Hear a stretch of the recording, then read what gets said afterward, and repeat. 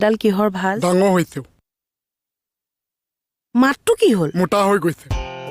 ও আই বিয়া পাতিবা এটা মানে ধুনীয়া বুজিছা এই কিনো মেডাম আহক ভিতৰতে বহো উকিল উকিল গুড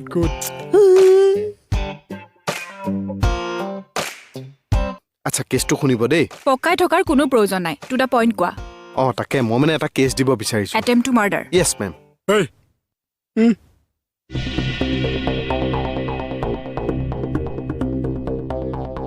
মেডাম এই বাও ভাল ভাল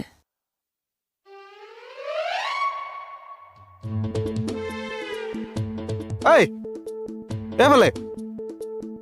তই যে চিগনেলৰ উঠাই দিলে চিগনেলৰ আউট কৰি দিলে কথাটো কি মানে এই আৰে